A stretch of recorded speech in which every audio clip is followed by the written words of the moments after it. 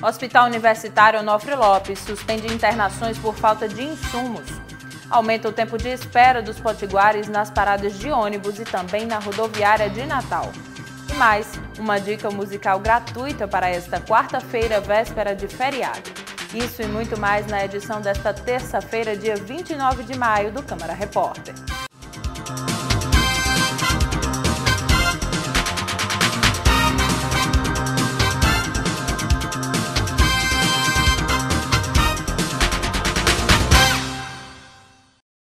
A greve dos caminhoneiros continua em pelo menos 24 estados e no Distrito Federal. Apenas Amazonas e Amapá não registram manifestações. A paralisação tem impactado na educação, no abastecimento de combustíveis e alimentos, no transporte público. Nesta terça-feira, os potiguares tiveram que esperar além da conta para pegar o ônibus, tanto nas ruas de Natal quanto na rodoviária. No 9º dia de greve dos caminhoneiros, os reflexos do movimento seguem impactando os usuários do transporte público da Grande Natal.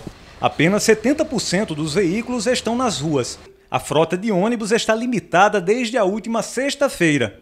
Com isso, o tempo de espera nas paradas aumentou.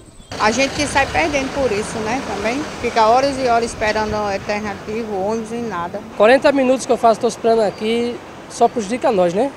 Muito ruim mesmo. Horrível, né? É triste. Faz uns 30 minutos que eu estou na parada. Aqui na rodoviária a situação não é diferente. Este servente de pedreiro passou a semana trabalhando na capital. Estava programando voltar cedo para a Lagoa de Velho, mas foi obrigado a esperar. É meio difícil, mas fazer o quê, né? A gente que não tem transporte tem que esperar pelo público. Ansioso para chegar a Acari, cidade de origem, este programador também teve de aguardar. Segundo ele, o horário de partida dos ônibus no sistema não estão sendo obedecidos. O sistema, eu acho que não atualizaram, tem alguns ônibus de 8h30, 9h, mas não passaram, né?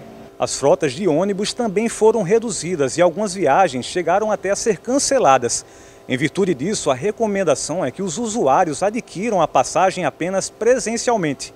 Enquanto isso, o movimento aqui está desse jeito. As consequências da greve dos caminhoneiros também estão sendo sentidas na saúde. O Hospital Universitário Onofre Lopes suspendeu uma série de serviços aos usuários da unidade pelo desabastecimento de insumos, em virtude da greve dos caminhoneiros, que chega ao 9º dia. O hospital suspendeu a marcação de novas consultas e realização de cirurgias eletivas, aquelas em que não há urgência. A maior preocupação é com os insumos perecíveis, como carnes, frutas e verduras destinados à alimentação. O hospital deveria receber os itens dos fornecedores 3 vezes na semana, mas desde a última sexta-feira que não há reabastecimento para o serviço de nutrição da unidade. A decisão de suspender a marcação de novos procedimentos é para não faltar assistência aos pacientes já internados. Nós mantemos nessa semana toda a agenda de ambulatório, ou seja, de paciente externo, aquele paciente que não precisa, ser internado. Então, essa agenda está conservada essa semana. Nós temos de 800 a 1.000 pacientes chegam ao hospital dia por dia, e todo o conteúdo de agendas de exames, quer sejam exames laboratoriais, quer sejam exames de imagem, radiografias, tomografia, ressonância, endoscopia, essa agenda está toda conservada. É importante lembrar ao paciente que todas as consultas, cirurgias de urgência, inclusive internações agendadas para esta semana acontecerão normalmente, uma média de 1.000 pessoas atendidas por dia no hospital. De acordo com o superintendente do Hospital Universitário Onofre Lopes, não foi registrada uma baixa significativa no estoque de materiais hospitalares, mas que vai acompanhar diariamente a situação para que não entre no sistema de reserva. Se este for o cenário, a suspensão de serviços ofertados será ainda maior. Obviamente que à medida que o hospital ele não fecha para tudo e ele continua consumindo uns itens desses, a gente vai viver o dia a dia. À medida em que isso se prolongar, logicamente pode ser que haja necessidade de a gente suspender algumas coisas porque algum insumo não chegou aos estoques do hospital. O estoque de insumos e medicamentos está abastecido nos hospitais da rede estadual, segundo nota emitida pela Secretaria de Saúde. Algumas deficiências pontuais foram registradas na distribuição dos alimentos, especialmente os perecíveis, como os hortifruti. Os pais de estudantes que utilizam os transportes escolares em Natal devem buscar formas alternativas para levar os filhos à escola nesta quarta-feira. Larissa de Souza tem mais detalhes. O motivo é a paralisação da Cooperativa dos Proprietários de Transportes Escolares de Natal, COPTEM, nesta quarta-feira. Em comunicado enviado aos cooperados, a COPTEM informou que vai aderir à paralisação nacional contra a política nos preços de combustíveis no país. A orientação aos proprietários de transporte escolar é informar os pais sobre a paralisação para que os alunos não fiquem prejudicados. Quem também vai parar nesta quarta-feira são os petroleiros. A paralisação terá duração de 72 horas e vai acarretar na suspensão de atividades administrativas. Em Natal, os funcionários vão fazer manifestações em frente à sede da Petrobras. Larissa de Souza para o Câmara Repórter. E aqui na Câmara Municipal, na sessão ordinária desta terça-feira, representantes da União Brasileira dos Estudantes estiveram presentes. A expectativa foi em torno da votação em regime de urgência do decreto legislativo, que revoga o aumento da tarifa de ônibus. Sem o quórum mínimo para apreciação do requerimento que pede o regime de urgência na tramitação do decreto, os vereadores seguiram a pauta da ordem do dia. Eles aprovaram o projeto do vereador Sandro Pimentel, que institui o Outubro Rosa Pet, uma campanha semelhante ao Outubro Rosa, mas focado na prevenção e no diagnóstico de câncer de mama em cães e gatos. Toda vez que a gente trata da prevenção à saúde pública, a gente se alegra quando aprova qualquer projeto nessa magnitude. E como o Outubro Rosa Pet é uma semelhança ao Outubro Rosa humano, né? Então é a prevenção ao câncer de mama. Então será toda uma série de orientações, seminários, processo educativo, mostrando que o animal ele pode fazer o autoexame. Ao contrário da mulher, que quem faz o autoexame é ela própria, o animal, o tutor, ou o dono, como alguém queira chamar, faz o autoexame. Enquanto isso, os estudantes aguardavam ansiosos pela votação do requerimento. A ideia é que a gente consiga mobilizar cada vez mais a população, mais ainda os estudantes, né, para estar se comprometendo nessa tarefa agora, de conseguir até o final, né, nessa luta que é tão importante para a gente. A gente veio aqui durante a semana inteira, semana passada, então agora essa semana é que a gente consiga também trazer um bom número para a Câmara dos Vereadores, estar acompanhando nos gabinetes e conversando com os vereadores, dialogando com a Prefeitura, para que a gente consiga, né, dar continuidade a essa luta e, de fato, conseguir que a nossa voz seja ouvida aqui dentro, né? Durante esse tempo, os vereadores aproveitaram para discutir a legalidade dos ritos de convocação para a reunião da Comissão de Transportes, que decidiu pelo reajuste da tarifa de ônibus no dia 18 de maio. A Comissão de Justiça é uma comissão técnica. Tem 7 componentes, todos 7 membros, todos eles que entendem das matérias. Traz para a gente, antes desse voto, eu fui à comissão, conversei com a comissão e a comissão mostrou detalhadamente o parecer bem elaborado, um parecer bem justificativo. E eu votei sim, continuo com o meu voto sim. A gente sabe, a discussão de aumentos hoje é muito difícil. Com 23 vereadores presentes no plenário, o requerimento foi aprovado por unanimidade. Seguindo o trâmite do regimento interno da Câmara, o documento foi apreciado na Comissão Técnica de Justiça. A relatora, vereadora Nina Souza, emitiu um parecer contrário ao decreto legislativo e afirmou que não houve ilegalidade nos ritos de convocação. Esse decreto, ele não revoga valor de passagem. Nós não temos prerrogativas para isso. Então, no meu entendimento, primeiro, o rito que foi feito não houve vício.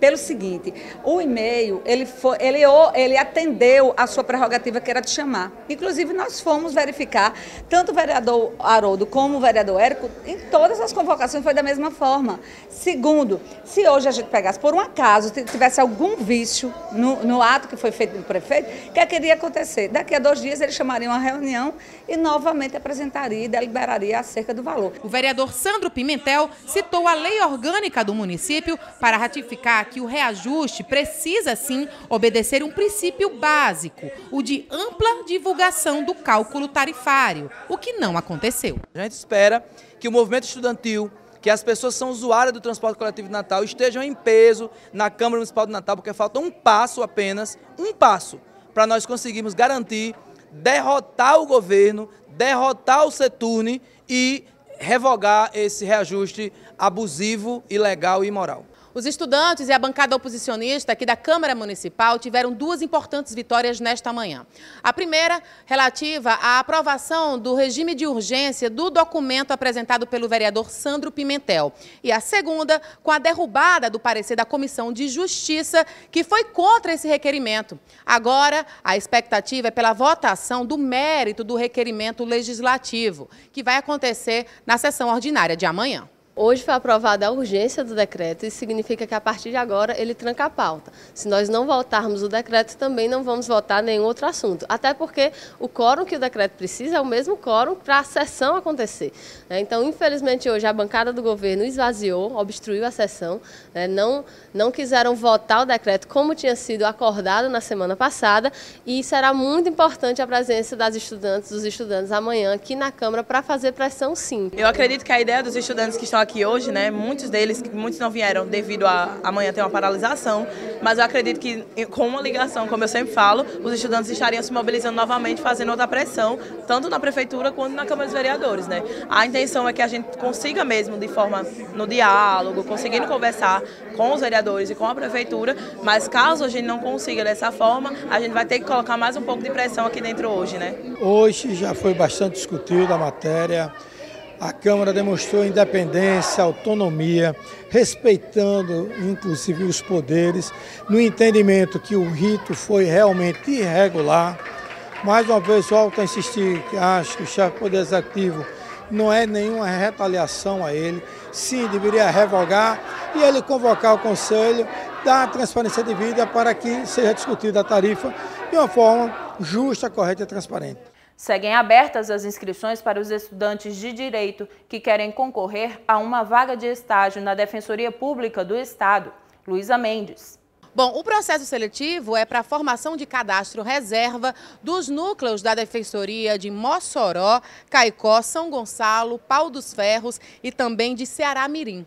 A inscrição ela custa R$ 40 e deve ser feita no núcleo sede para a qual o candidato irá concorrer. Ele deve apresentar uma declaração comprovando estar regularmente matriculado no curso em bacharelado de Direito e também cópias do RG, do CPF, além de 2 fotos 3x4.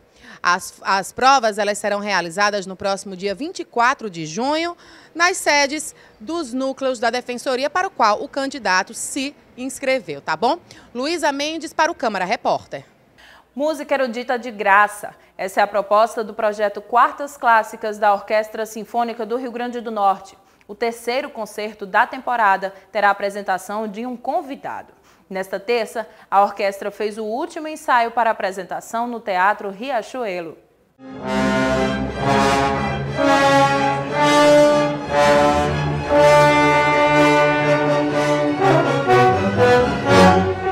A intensidade do ensaio já diz muito sobre o que promete o terceiro concerto Quartas Clássicas da Orquestra Sinfônica do Rio Grande do Norte. Para a apresentação desta quarta-feira, a orquestra trará como convidado o violinista italiano Emanuele Baldini, principal músico da Orquestra de São Paulo. O violinista destacou a qualidade dos músicos potiguares com quem irá se apresentar. Eu estou muito feliz de voltar a ver alguns músicos que eu conheci em outros lugares. Tem músicos aqui de Natal que tocavam antes em Salvador, outros em Fortaleza, e graças ao maestro Linus voltaram aqui para a terra deles, e outros os conheci aqui durante esses dias, e posso dizer que o talento desses meninos é realmente impressionante, graças também a alguns excelentes professores que tem aqui. O maestro e regente Linus Lerner disse que já desejava trazer o músico há um bom tempo.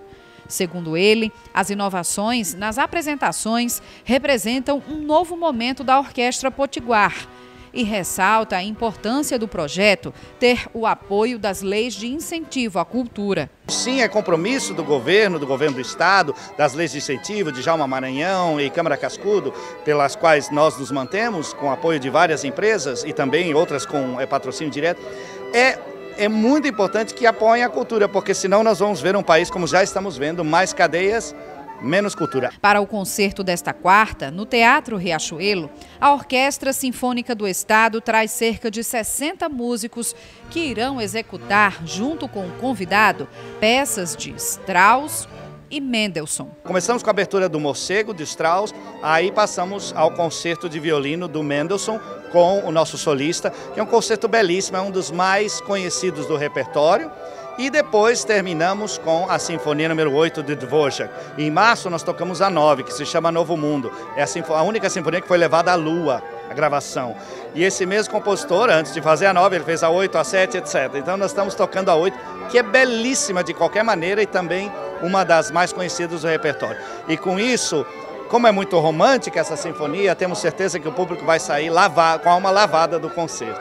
Eu costumo dizer que na hora do concerto forma-se um triângulo de energias quase sem tempo dentro de um espaço definido, que é o espaço da sala de concerto. Por quê?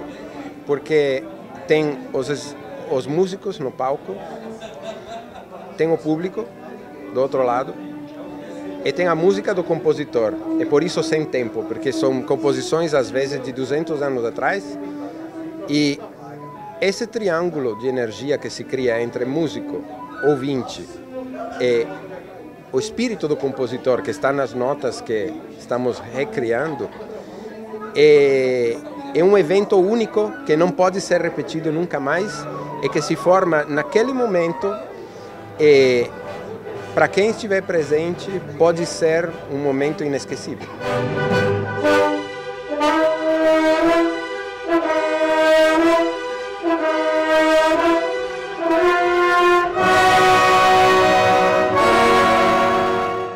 É uma boa dica para a véspera de feriado. Quem quiser assistir o concerto Quartas Clássicas, o segundo lote dos ingressos gratuitos vai ser distribuído a partir do meio-dia desta quarta, na bilheteria do Teatro Riachuelo. A apresentação acontecerá às 8 horas da noite. E no próximo bloco vamos conversar com o ex-senador e ex-governador Geraldo Melo. Até já!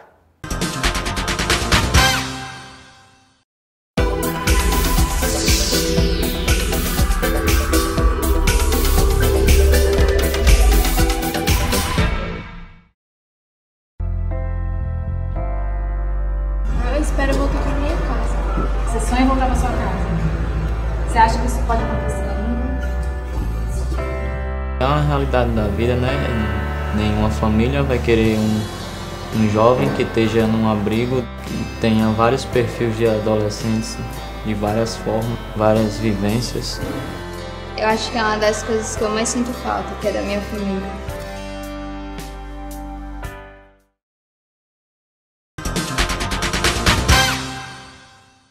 Estamos de volta com o Câmara Repórter e o nosso entrevistado de hoje é ex-governador, ex-senador. Seja muito bem-vindo, Geraldo Melo.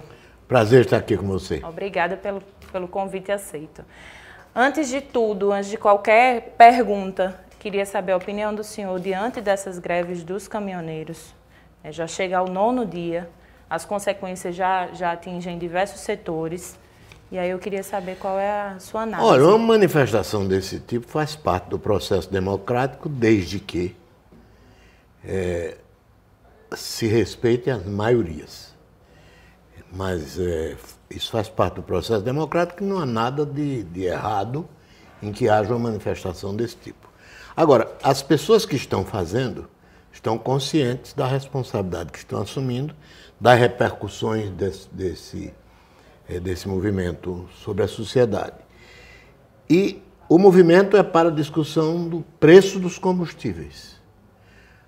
Quando eu vi, depois, ao lado disso, pessoas falando em derrubar o governo, mudar o presidente da Petrobras, e fazer coisas dessa natureza, isso não tem nada a ver com o movimento dos caminhoneiros. Então, o senhor acredita que tem alguma participação, alguma atuação política por trás desse cenário da greve? Eu não quero fazer afirmativas que eu não possa demonstrar. Eu apenas digo que se o comando desse movimento permite que o movimento tome esse rumo, ele está dando o direito de se imaginar que ele seja alguma coisa a mais do que ele diz. Então, ele dá o direito de se imaginar, eu não estou dizendo que é. Agora, acho que o comando tinha toda a razão nas suas postulações iniciais, e desde que o assunto fique aí, está tudo muito bem. Depois disso, a controvérsia se instala, e muita gente gosta e muita gente não gosta. O senhor acredita em alguma intervenção militar nesse caso, nesse ponto? Não, eu não vejo. Eu acho que o processo, como eu lhe disse, é um processo democrático. Desde que respeitadas as regras. Porque a democracia é um sistema que garante às minorias o direito de se pronunciarem. Mas a vontade que prevalece é a da maioria. Esse é o princípio básico da democracia, o que a palavra democracia significa é isto. Então, há uma manifestação de um determinado segmento da sociedade contra ou a favor de alguma coisa, isso faz parte da regra do jogo, desde que o movimento seja feito dentro das regras do jogo. Eu acho que os militares foram mobilizados já pelo governo federal para cumprir uma missão auxiliar e permitir que a minoria faça lá o seu movimento sem prejudicar a maioria. Agora, daí a querer especular de que o desfecho disso seja uma intervenção militar, eu acho que já estamos criando muito. O senhor está no Partido da Social Democracia Brasileira, né? O PSDB. E aí, vindo já para o cenário político daqui do Estado, falando já das eleições, né, próximas, o senhor acredita nesse empate técnico entre o governador Robinson Faria e Carlos Eduardo? Digamos que é um resultado surpreendente. Agora, eu não vou desacreditar, porque eu estou desacreditando o próprio Instituto de Pesquisa. Eu acredito que eles tenham feito dentro dos critérios técnicos tradicionais, e que não há nada de extraordinário nisso, em que são dois candidatos que estejam ocupando um espaço semelhante, com a mesma ordem de grandeza. Eu não vejo nada de impossível numa coisa dessas. Diante, já ainda falando dessas pesquisas, como é que o senhor avalia o fato da senadora Fátima Bezerra estar em primeiro nessas pesquisas, mesmo com o descrédito, né, e com o desgaste do PT?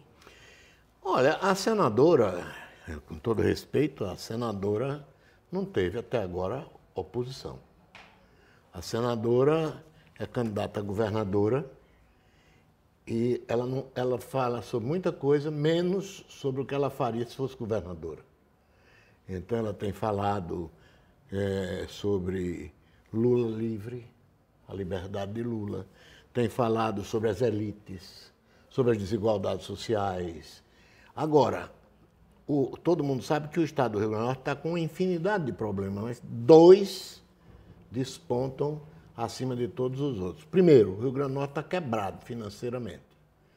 Quem for governar o Estado precisa dizer a nós, cidadãos, o que é que vai fazer para resolver o problema financeiro do Estado.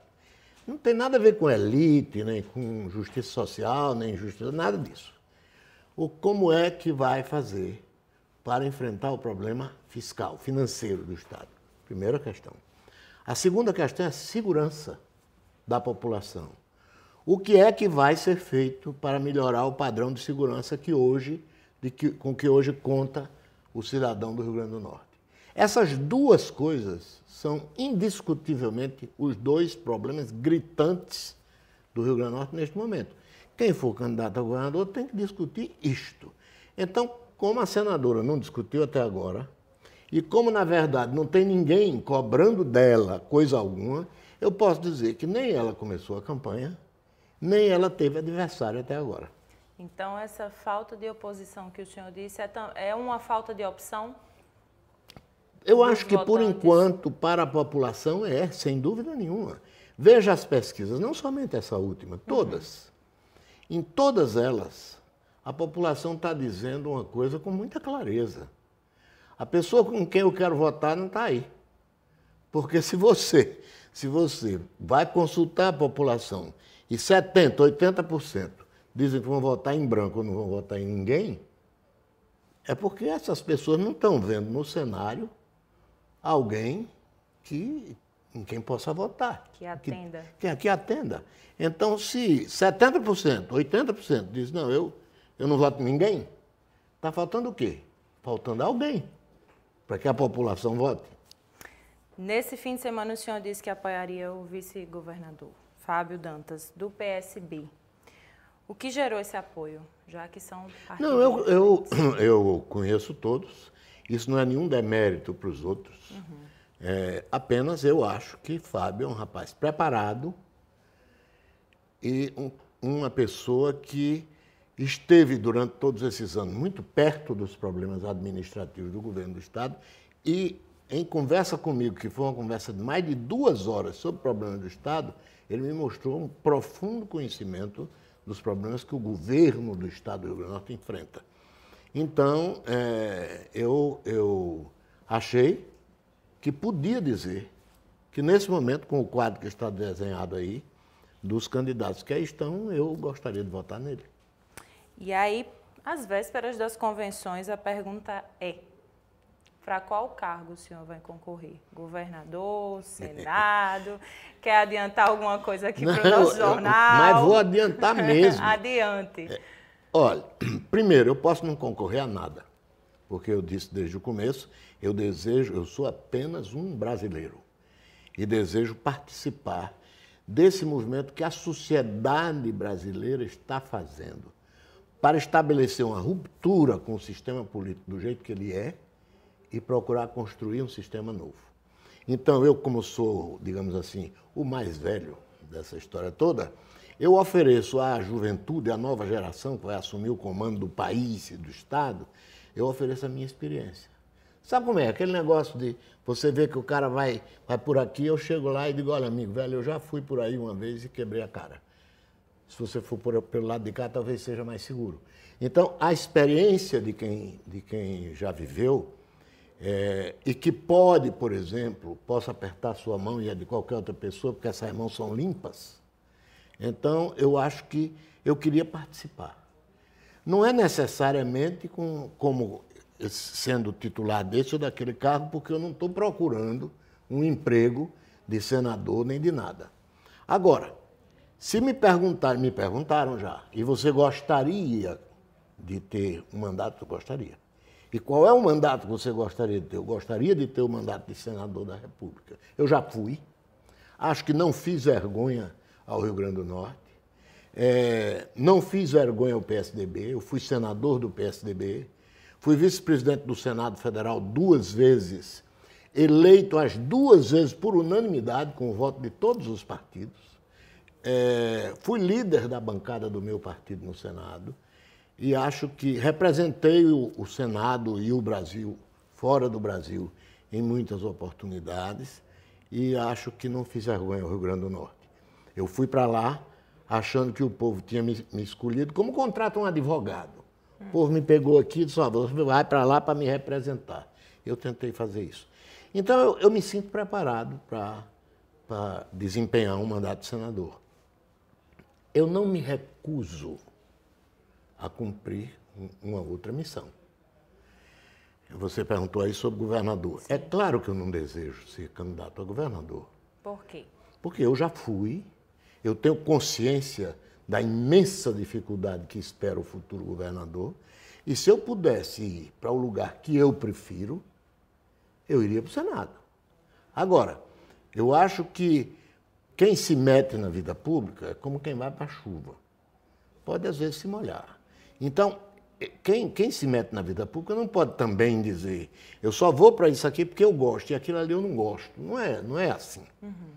Então, pode você ser colocado diante de uma situação em que o seu dever seja cumprir uma outra tarefa. Bom, se essa situação surgir, paciência, seu Geraldo Melo, você vai ter que encarar, mas não é, se você quer saber o que é que eu desejo ser, eu desejo ser candidato ao Senado. Resta saber se o meu partido também deseja. Eu vou encerrar então a nossa entrevista por aqui. Quero agradecer mais uma vez a participação e por ter aceitado o nosso convite. Foi uma honra e um prazer para mim. É isso. O Câmara Repórter de hoje fica por aqui. Mais informações ao longo da nossa programação. Muito obrigada pela companhia.